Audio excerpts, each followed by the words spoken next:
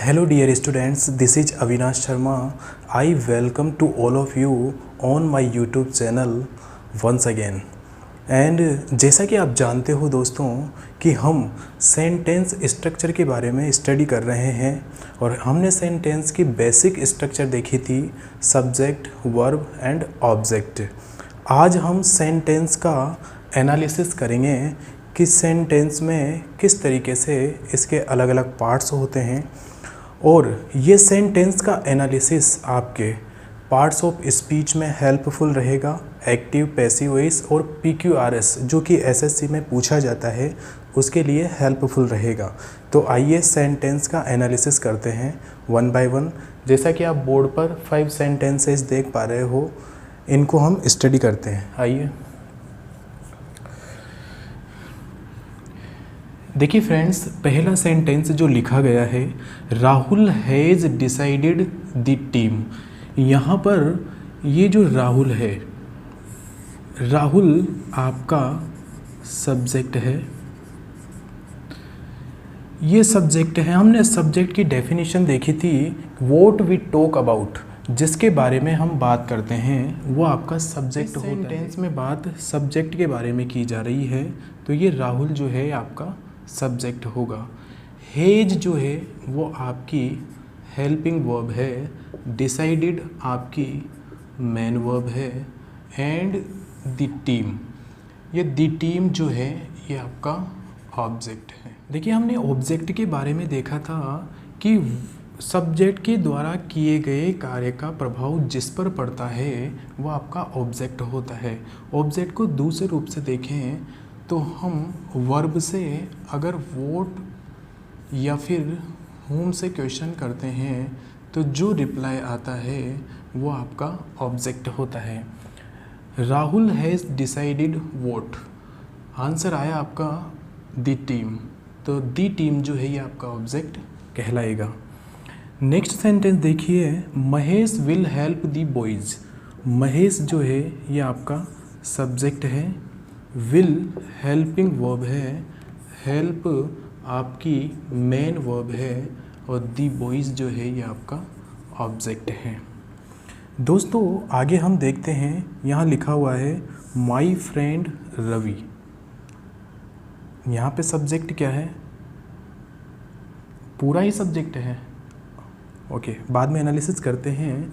Is जो है ये आपकी हेल्पिंग वर्ब है, राइटिंग जो है ये मेन वर्ब है और सम बुक्स जो है ये आपका ऑब्जेक्ट है। इसी में भी आप देखिए सेम सेंटेंस है, बस थोड़ा सा चेंज है।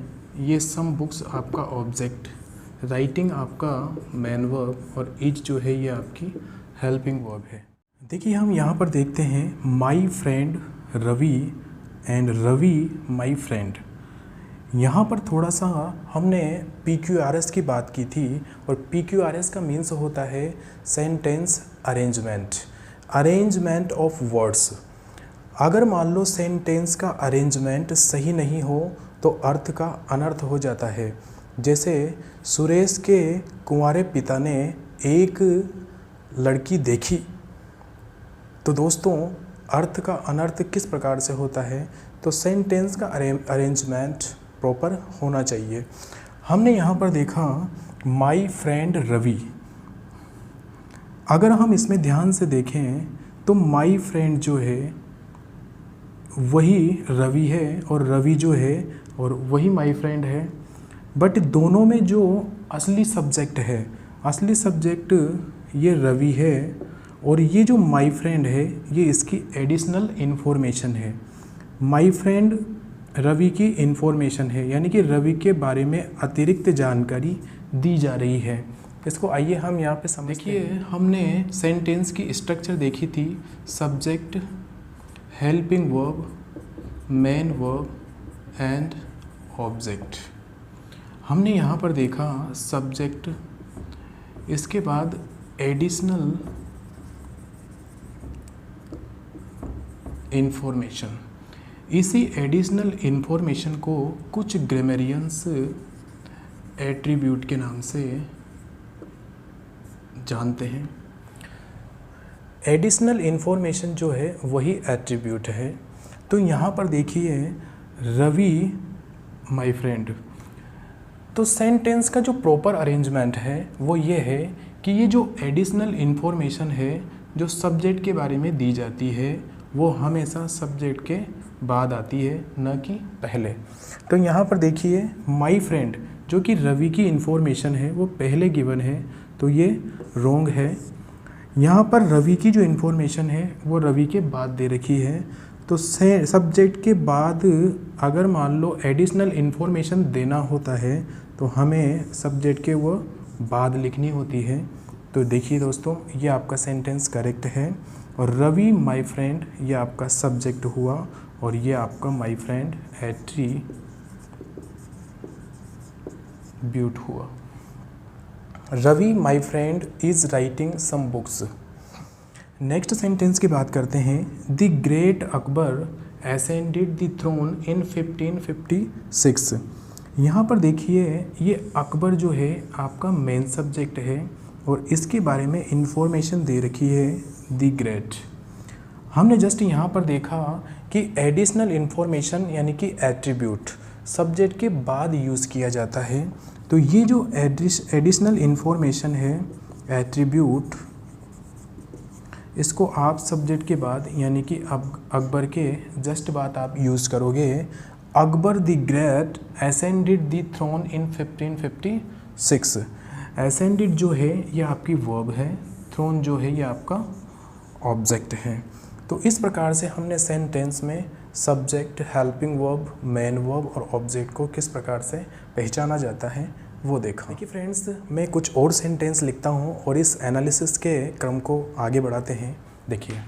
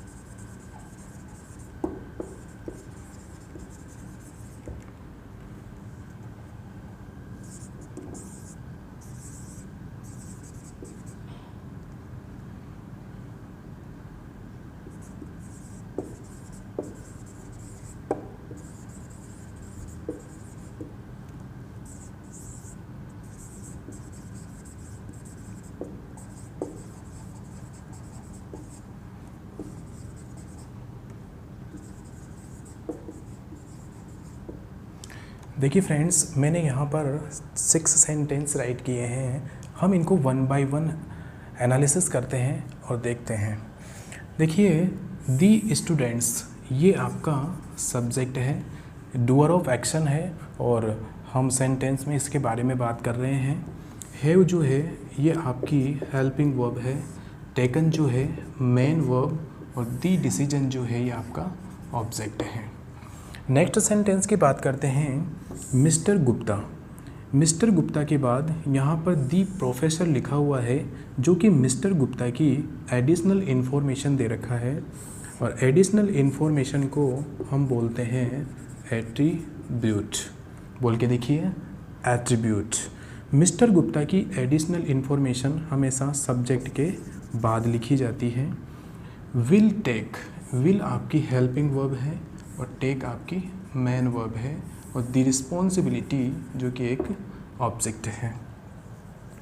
देखिए फ्रेंड्स, आगे देखते हैं। The questions of this exercise confused us. Confused जो है ये आपकी वर्ब है और अस जो है आपका ऑब्जेक्ट है। ध्यान से देखते हैं इसको। The questions of this exercise, यहाँ पर सब्जेक्ट कौन सा है? दी क्वेश्चंस और दिस एक्सरसाइज। अगर इसको हम ध्यान से देखते हैं तो दी क्वेश्चंस जो है ये आपका सब्जेक्ट है और ये सब्जेक्ट यानी कि ये क्वेश्चंस जो है ये कहाँ से आए?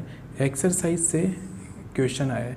मेन एक्सरसाइज है और वहाँ से क्वेश्चन, यानी कि हम जो बात कर रहे हैं वो क्वेश्चंस की बात कर रहे हैं। तो ये जो एक्सरसाइज है ये आपका पार्टिटिव कहलाएगा और पार्टिटिव को ही हम एक और टर्म देंगे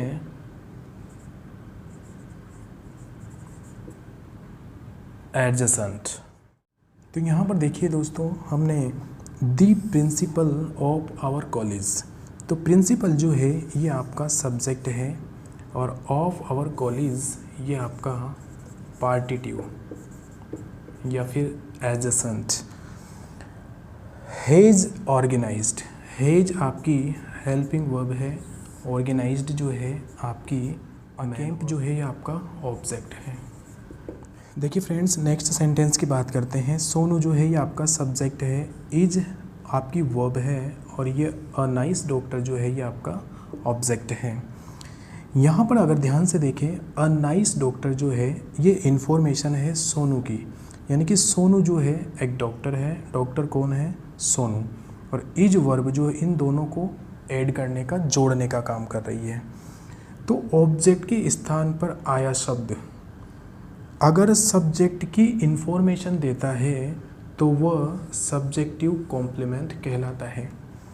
ऑब्जेक्ट के स्थान पर एक वर्ड आ रहा है अ नाइस डॉक्टर, जो कि सोनू एक सब्जेक्ट है, उसकी इन्फॉर्मेशन दे रहा है, तो ये आपका कहलाएगा सब्जेक्टिव। नेक्स्ट हम देखते हैं, सुरभि जो है आपका एक सब्जेक्ट है।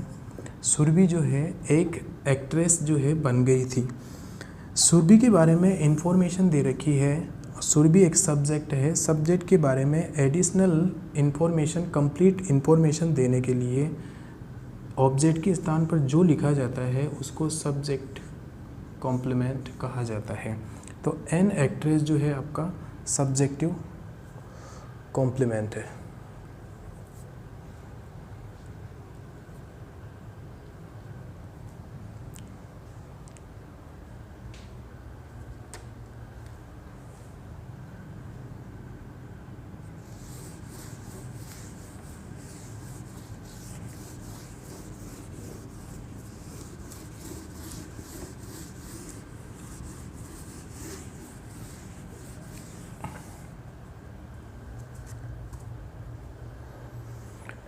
आइए फ्रेंड्स, कुछ सेंटेंस और लिखते हैं और इसको एनालिसिस को आगे कंप्लीट करते हैं।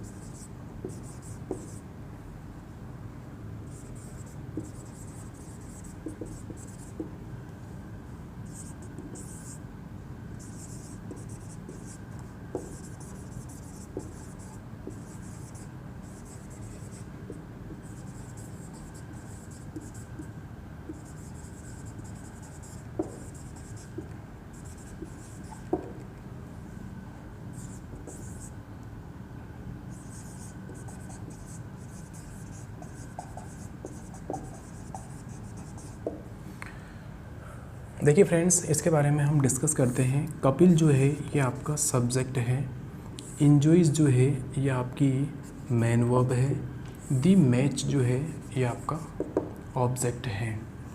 प्रियंका ये आपका एक सब्जेक्ट है। प्रियंका के बारे में एडिशनल इन्फॉर्मेशन गिवन है, दी फाइनेस्ट एक्ट्रेस। तो ये जो है आपका एट्रीब्यूट कहलाएगा। फाइनेस्ट एक्ट्रेस एट्रीब्यूट, जॉइंट आपकी मैन वर्ब और दी हॉलीवुड जो है ये आपका object. Ravi with his friends, Ravi जो है आपका मेन सब्जेक्ट है। विद हिज फ्रेंड जो है ये आपका पार्टी। केन आपकी हेल्पिंग वर्ब, सोल्व आपका मेन वर्ब और दी पजल जो है ये ऑब्जेक्ट है। नेक्स्ट सेंटेंस को ध्यान से देखते हैं दोस्तों। दे ये आपका सब्जेक्ट है, गेव आपकी वर्ब है और मी ये आपका ऑब्जेक्ट है। अ वॉच ये भी आपका ऑब्जेक्ट है। इसमें जो है डबल ऑब्जेक्ट का यूज़ किया गया है। देखिए इसको समझते हैं। सेंटेंस के स्ट्रक्चर में देखें, सब्जेक्ट, वर्ब और ऑब्जेक्ट।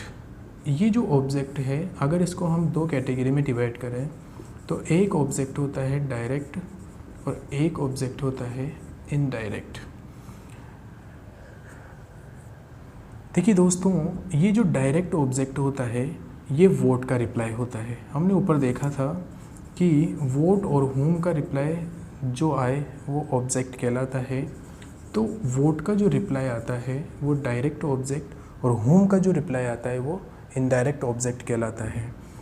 ये जो डायरेक्ट ऑब्जेक्ट है ये वर्ब का ऑब्जेक्ट होता है, यानी कि इस ऑब्जेक्ट का यूज़ किसके लिए होता है, वर्ब के लिए होता है।